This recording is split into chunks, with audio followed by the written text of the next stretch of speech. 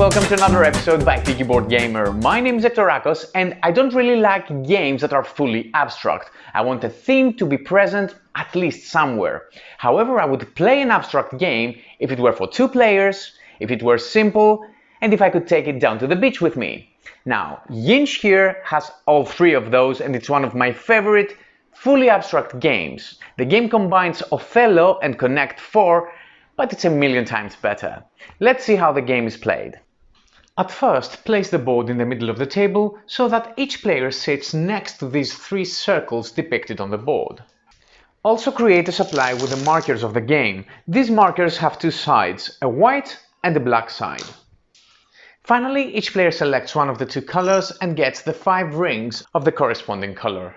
As you can see, the board illustrates a grid which is formed by diagonal as well as vertical lines. Do not be confused by the center horizontal line, which is just where the board folds and is out of gameplay.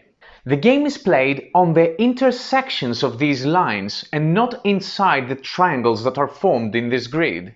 So we never play here, we only play on the intersections. Intersections in the middle of this grid, but also on the boundaries. Always starting with a white player, players will alternate turns placing one of their rings inside the grid. So the white player will start, followed by the black player, and this will continue until all players have placed all of their 5 rings. Keep in mind that at all times spaces may never hold more than 1 piece. The game is now ready to start. After both players have placed their 5 rings on the board, normal gameplay starts again with the white player and then alternating turns until the game ends. On their turn, players will be placing one of these markers using the following steps. First, players take 1 marker from the supply and they will use the side depicting their color. Then they must choose one of their rings on the board and place the marker inside the ring. The last step is that the selected ring must move following a straight line on the grid to a new valid location. By valid, we mean any empty space on the board, and to specify empty further, we mean empty of rings and empty of markers. Also, you should know that all other rings block the ring's movement, so a player may not pass over another ring. You can now see in my graphics where this ring may be moved after placing a marker in there. After the player moves his ring to a valid location, it's the next player's turn, who will take a marker from the supply, select one of his ring and then move it. When players move their ring, they can jump over other markers on the way. Let's change the board situation a bit to see some more examples about that. Let's say it's the white player's turn and he chooses this ring to play. After the player places a marker in the ring, then he decides to move this way. During this movement, the ring may do 1 jump. It may jump any number of markers placed next to each other, but then it is forced to land in the first empty space.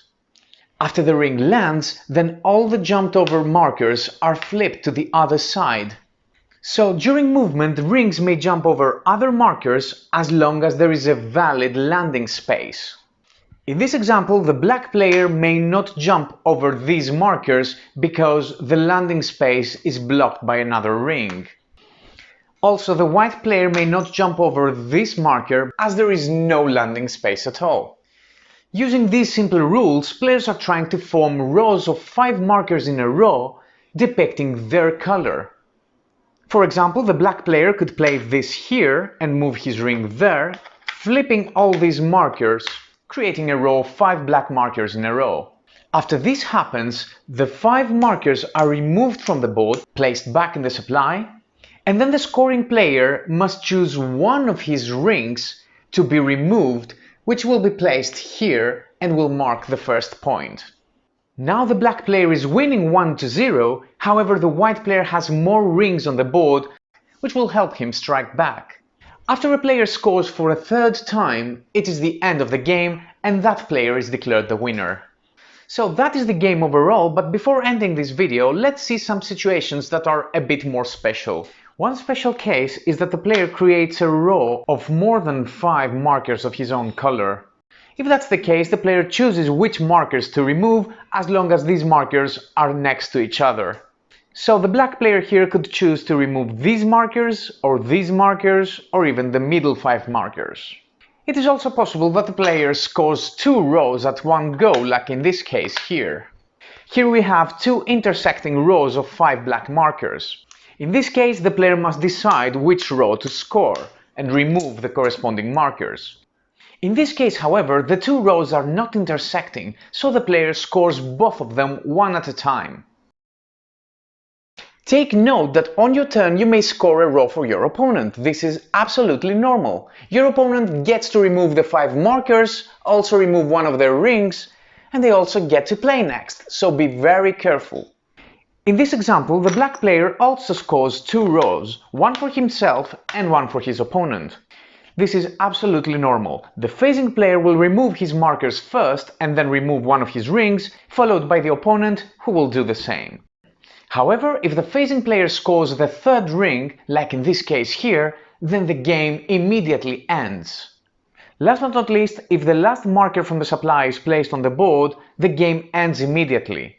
The winner will be the player that scored the most rings so far, and if there's still a tie, like in this case, then the game ends with a draw. So that was the video for today, and I'm really fond of good duel games, even if they're abstract. Thanks for watching this video, please subscribe to our channel if you like it, and until next time, have fun and play more board games.